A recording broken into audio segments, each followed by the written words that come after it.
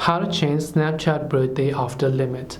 Hey everyone, welcome back to our channel. In this video we are going to discuss how we can change Snapchat birthday after limit, so make sure to watch the video till the end. If you want to change your Snapchat birthday after limit, the issue here is quite simple. Let's say you opened up the Snapchat application here and then you tap the profile icon from the top left, tap the gear icon here, and then here you can go to your birthday. And whenever you actually change your birthday, please select your date of birth carefully, as you can only change it a limited number of times. Let's say you've already crossed that limit and Snapchat is not letting you change your birthday.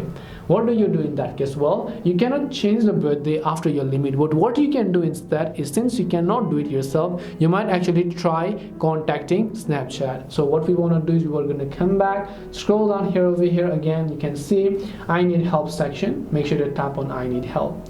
Under I need help section, here you should be able to see different sort of options.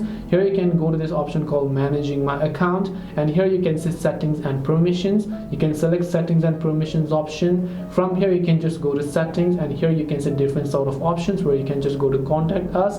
And when you go to contact us section, just try to select any of the other reasons. Over here I want help with the Snapchat feature, select that, and over here what feature is this related to? You can see friends, settings, Snapchat map, or so on. In this case I'll just select profiles and communities, as it is an issue with my profile. And then again, what do you need help with? My own profile. Select my own profile here, and now you want to simply submit a request stating that to Snapchat I accidentally went ahead and then changed my Snapchat birthday so many times. Now I want to change it to a legal one. You are ready for any verification purposes, and after that only you should be able to change your birthday. But this all depends upon Snapchat. There's a 50% chance that they could respond to you, while there's the other 50% that they might not respond to you as well. But you might at least want to give it a try.